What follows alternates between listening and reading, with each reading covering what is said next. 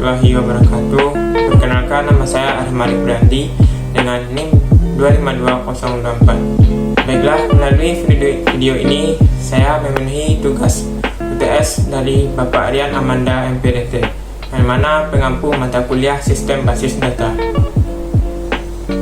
Baiklah, pada kesempatan kali ini saya akan menjelaskan materi tentang konsep basis data.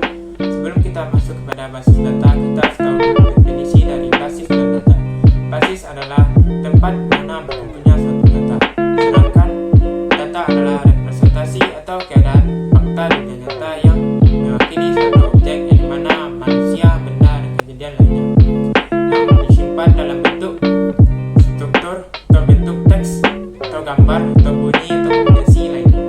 Jadi dapat kita simpulkan bahwa basis data adalah kumpulan dari beberapa unit data yang mana saling berhubungan satu dengan lainnya, yang diorganisasikan atau diatur berdasarkan skema atau struktur tertentu, yang mana disimpan dalam hardware komputer dan software yang digunakan untuk melakukan manipulasi data dengan tujuan tertentu. Baik, selanjutnya kita masuk kepada sistem basis data. Sistem basis data adalah sistem yang terdiri atas kumpulan tabel data yang mana saling berhubungan dan kumpulan program yang memungkinkan beberapa pemakai untuk mengakses data tersebut.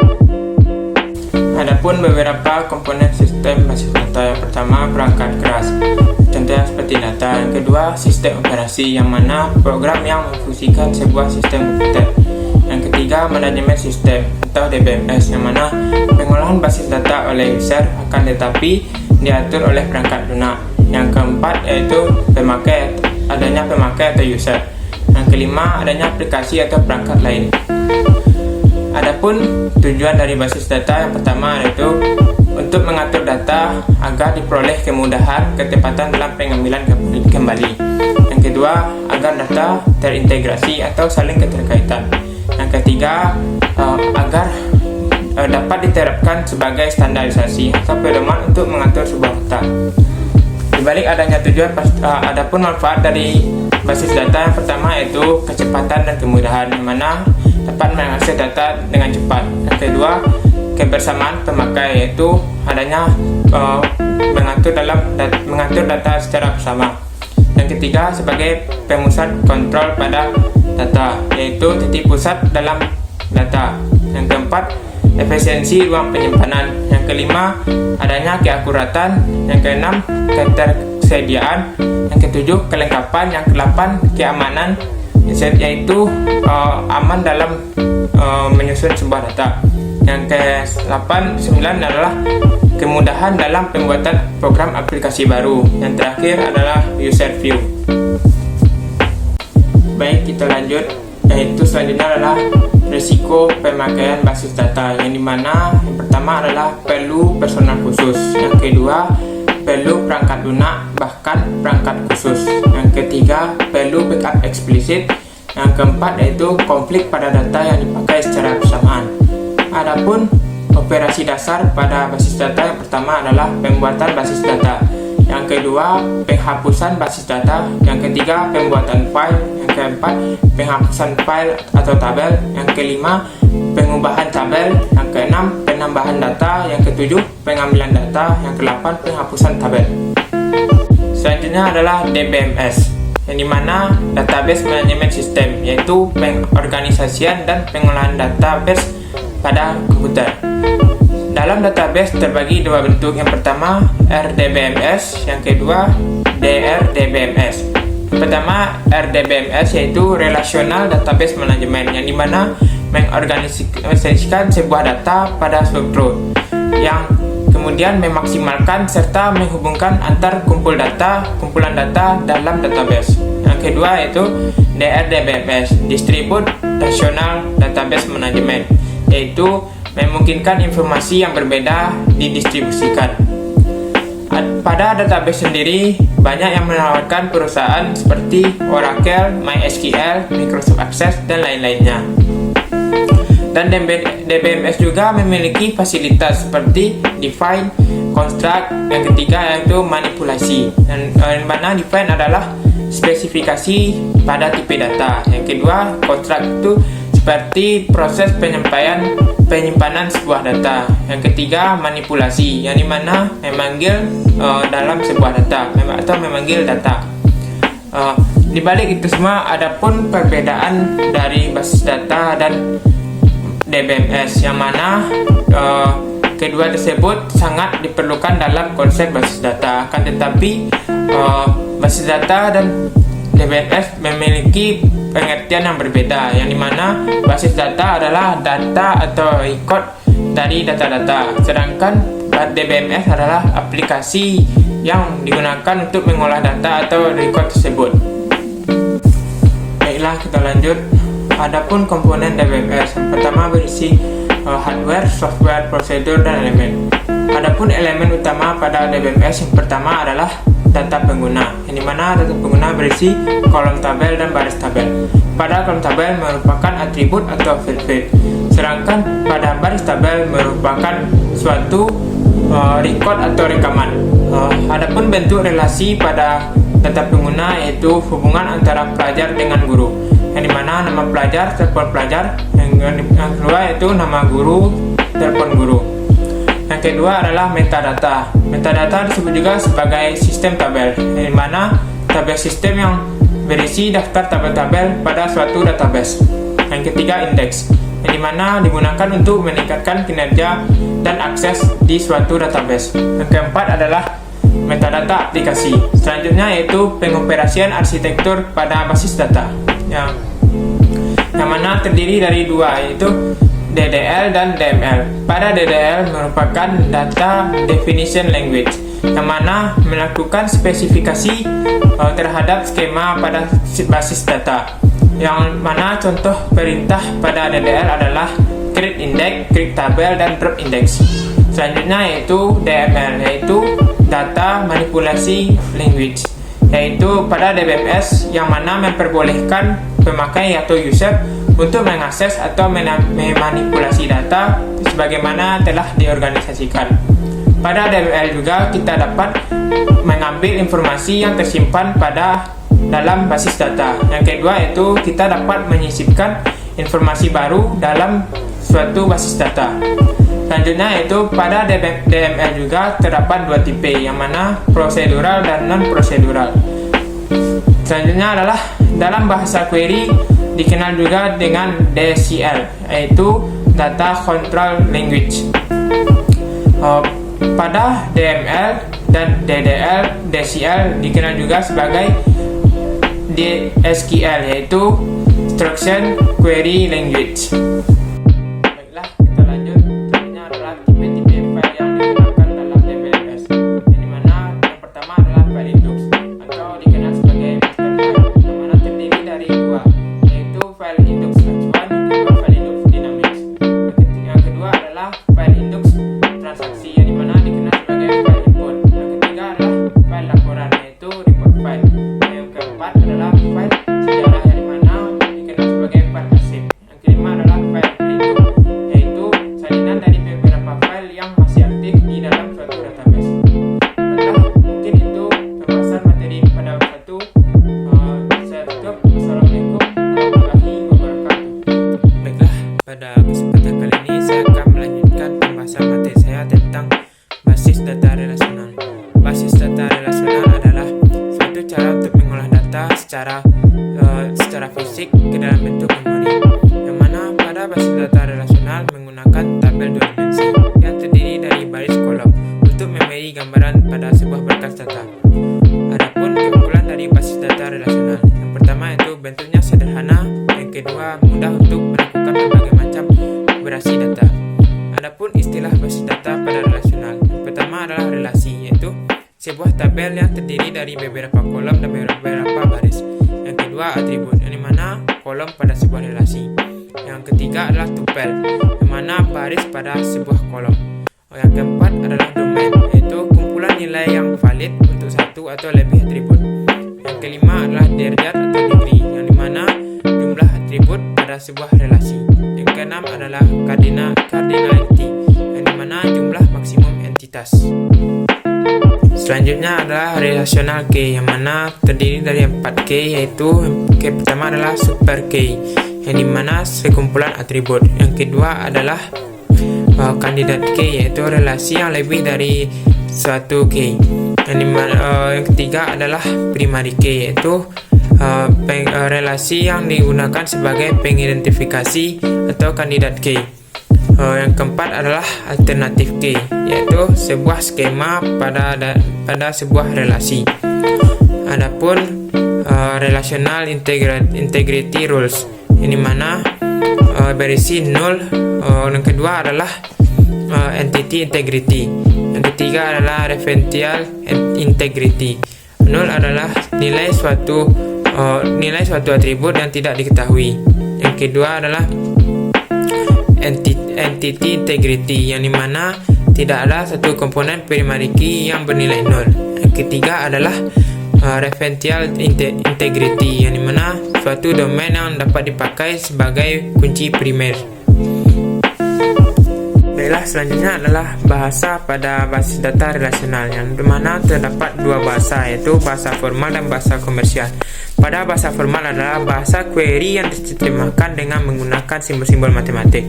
Contohnya yaitu aljabar relasional. Yang kedua adalah kalkulus relasional. Dan bahasa yang kedua adalah bahasa komersial, yang dimana bahasa query yang dirancang oleh programmer, yang dimana menjadi suatu program aplikasi agar pemakai lebih mudah menggunakannya. Contohnya yaitu seperti QB, yang ketiga yaitu SQL. Kita lanjut materi selanjutnya, yaitu normalisasi, yang dimana normalisasi adalah suatu proses memperbaiki atau membangun dengan model data rasional. Pada proses normalisasi merupakan proses pengelompokan dan elemen menjadi tabel-tabel yang menunjukkan entity pada relasi. Tujuan dari normalisasi adalah sebagai untuk menghilangkan kelengkapan data atau kerangkapan data, yang dimana munculnya suatu data secara berulang-ulang. Yang kedua, untuk mengurangi kompleksitas. Yang ketiga adalah untuk mempermudah pemodifikasian data. Adapun proses normalisasi terbagi dua langkah. Yang pertama adalah data diuraikan dalam bentuk tabel, kemudian dianalisis berdasarkan persyaratan tertentu agar ke beberapa tingkat. Yang kedua adalah apabila tabel yang digunakan belum sesuai, maka perlu tabel tersebut dipecah menjadi beberapa tabel hingga memenuhi bentuk tabel yang optimal. Adapun beberapa tahap pada normalisasi. Yang pertama adalah bentuk tidak normal. Yang kedua adalah bentuk normal pertama atau dikenal sebagai 1NF. Yang ketiga adalah bentuk normal kedua yang dikenal sebagai 2NF. Yang keempat adalah bentuk normal ketiga dikenal sebagai 3NF. Yang kelima adalah bentuk normal Bayes atau BCNF. Yang keenam adalah bentuk normal keempat, yang dimana dikenal sebagai 4NF.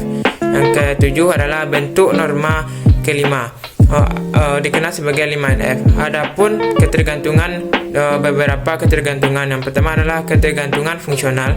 Yang kedua, ketergantungan fungsional penuh. Yang ketiga adalah ketergantungan fungsional transitif. Baiklah, mungkin itu pembahasan pada materi bab 2. Setelah tutup, Assalamualaikum warahmatullahi wabarakatuh.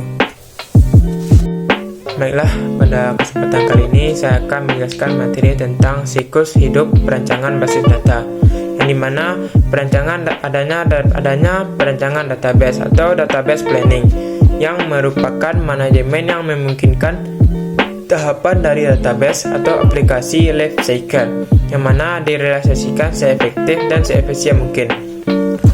Pada perencanaan database harus terintegrasi dengan keseluruhan strategi sistem informasi dan organisasi. Adapun 3 hal pokok dalam strategi sistem informasi. Yang pertama yaitu kita harus mengidentifikasi rencana dan sasaran dari enterprise. Yang kedua adalah evaluasi sistem informasi yang ada untuk menetapkan kelebihan dan kekurangan dimiliki. Yang ketiga yaitu penaksiran kesempatan IT yang mungkin memberikan kita keuntungan kompetitif. Adapun metodologi untuk melakukan hal tersebut yaitu yang pertama yaitu database planning atau mission statement, yang dimana berisi database project yang mendefinisikan tujuan utama dari aplikasi tersebut atau database. Yang kedua itu mengarahkan database project, biasanya mengidentifikasi perintah tugas atau mission statement. Yang ketiga yaitu mission statement membantu kita menjelaskan kegunaan dari database project, yang mana menyediakan alur yang lebih jelas untuk mencapai efektivitas dan efisien penciptaan dari suatu aplikasi yang dijalankan atau yang diinginkan.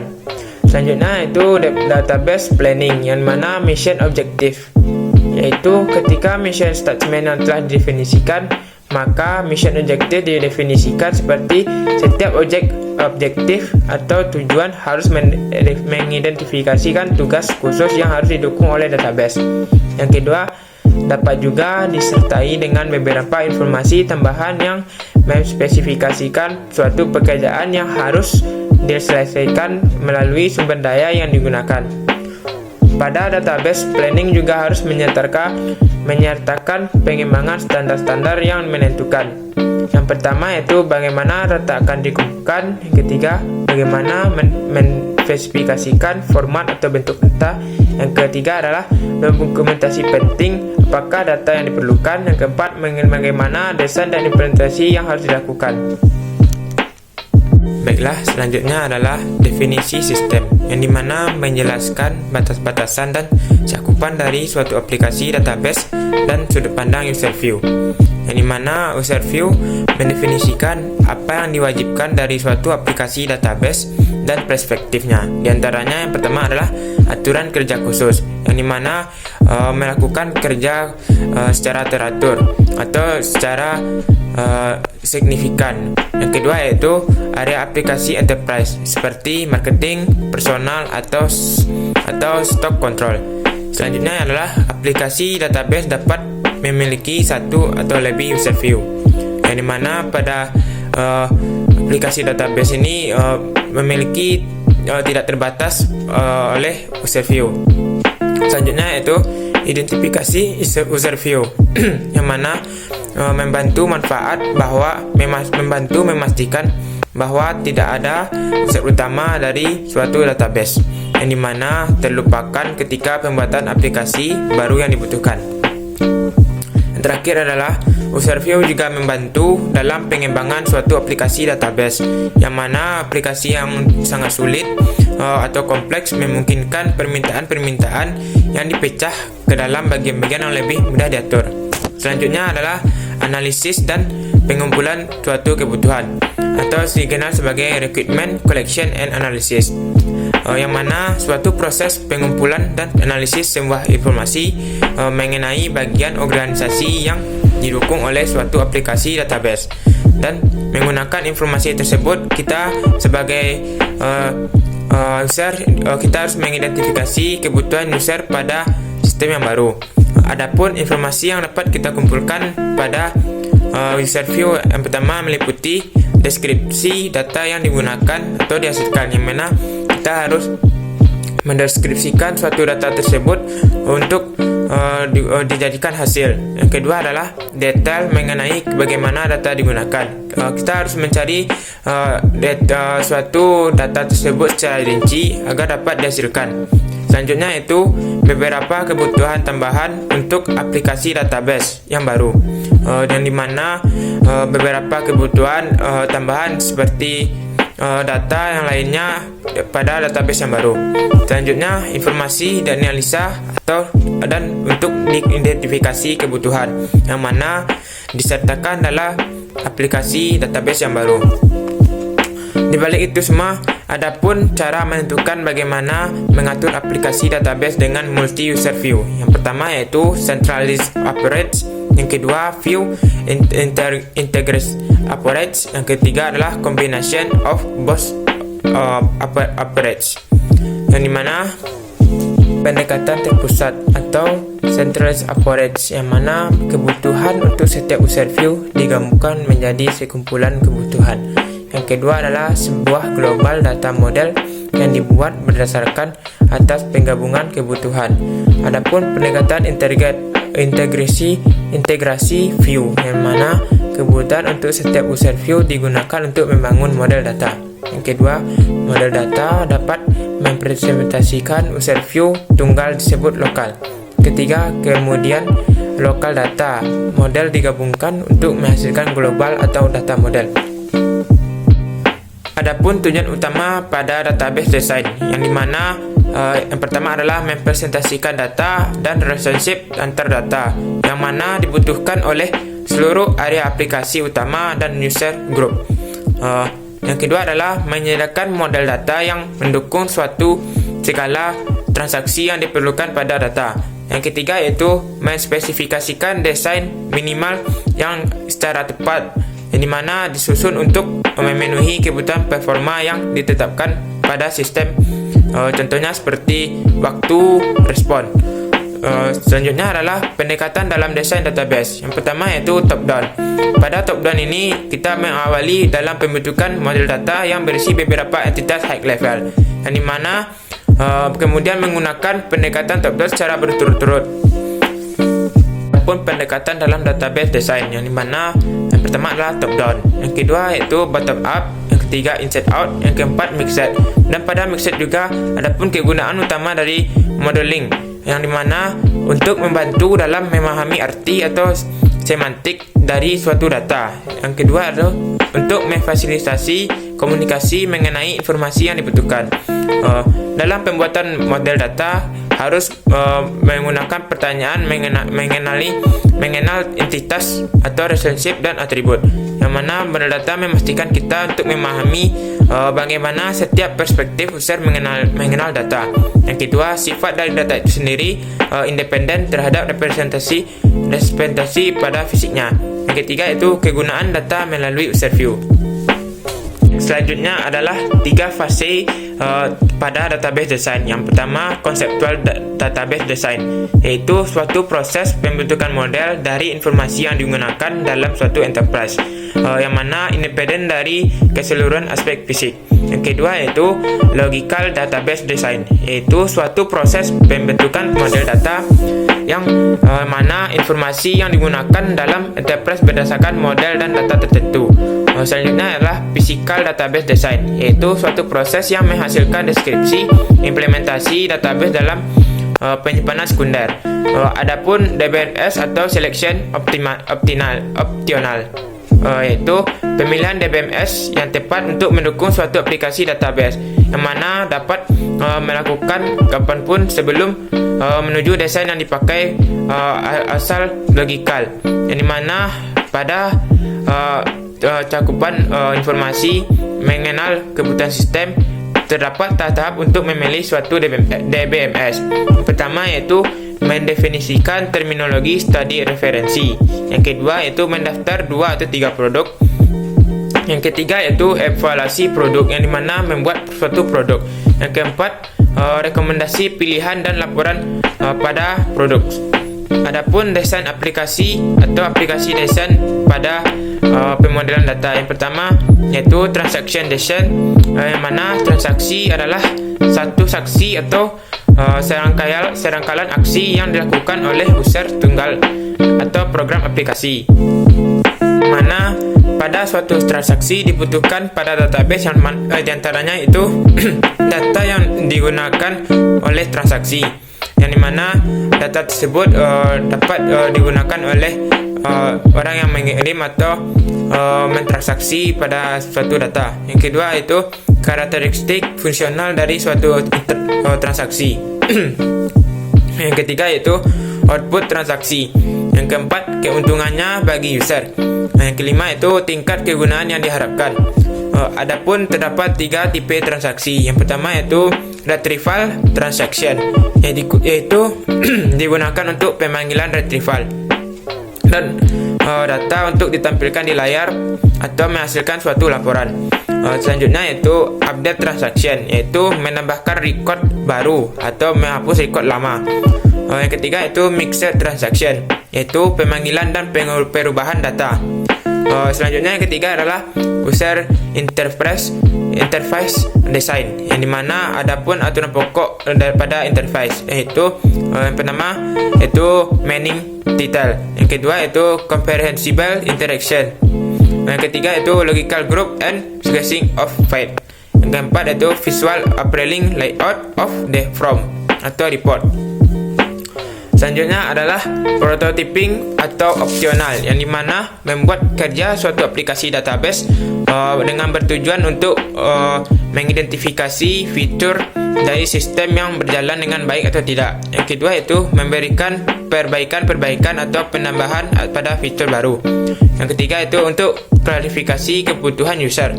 Yang keempat untuk evaluasi fasibilitas atau kemungkinan yang akan terjadi dari desain pada sistem khusus.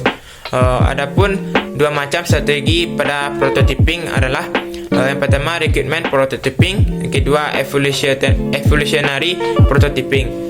Baik, yang dimana recruitment prototyping adalah menggunakan prototype yang menentukan suatu kebutuhan dari aplikasi database yang mana diinginkan, dan ketika kebutuhan itu terpenuhi maka prototype akan dibuang. Yang kedua itu evolutionary prototyping, yaitu sama dengan tujuannya dengan recruitment prototyping. Baik, itu sekian penyampaian dari materi dari saya. Saya akhiri. Assalamualaikum warahmatullahi wabarakatuh.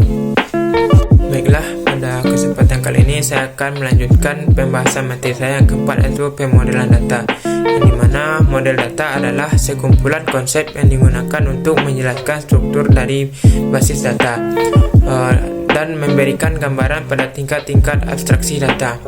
Pada model data dapat diartikan juga sebagai sekumpulan tool konseptual. Model data digunakan pada saat mendesain sistem basis data agar data lebih stabil. Tujuan dari model data adalah menyajikan data agar lebih mudah dimodifikasi dan dimengerti. Adapun kelompok pada model data yang pertama adalah model data berbasis objek, yang kedua model data berbasis record, yang ketiga adalah model data fisik. Model data berbasis objek, yang dimana himpunan data dan relasi yang menjelaskan hubungan antar logik data dalam suatu basis data berdasarkan objek datanya, yang dimana terdiri dari entity relationship model, yang kedua semantic model, yang ketiga binary model. Adapun model data berbasis record, yang dimana menjelaskan kepada pemakai mengenai hubungan antar logik data dalam sistem basis data, yang mana terdiri dari hierarki model, yang kedua network model, yang ketiga adalah relational model. Adapun pengertian model data fisik, yang dimana digunakan untuk menguraikan data di tingkat internal, yang dimana terdiri atas unifying model dan frame memory. Selanjutnya yaitu entry relational model, yang dimana berfungsi untuk menggambarkan relasi dari dua file atau dua tabel yang dapat digolongkan dalam tiga macam bentuk relasi. Yang pertama itu satu ke satu, yang kemudian satu ke banyak, yang kemudian ke banyak. Baiklah, selanjutnya yaitu konsep ER modeling, yang dimana entity types, yaitu model relasi entity yang didasarkan pada persepsi dunia nyata yang terdiri dari himpunan objek dasar. Yang kedua adalah relationship types, yang dimana sekumpulan entitas yang berhubungan dan mempunyai arti antara tipe pada entitas yang ada. Adapun derajat relationship, yang dimana itu binary relationship set, yaitu relasi antara dua entitas. Yang kedua adalah ternary relationship set, yaitu relasi antara tiga entitas. Yang ketiga adalah NRI, yang dimana NRI adalah relasi antara n entitas. Baiklah, selanjutnya adalah langkah merancang diagram entity relationship, yang dimana pertama adalah mengidentifikasi dan menetapkan seluruh himpunan entitas. Yang kedua yaitu menentukan atribut-atribut key. Yang ketiga yaitu mengidentifikasi dan menentukan seluruh himpunan relasi.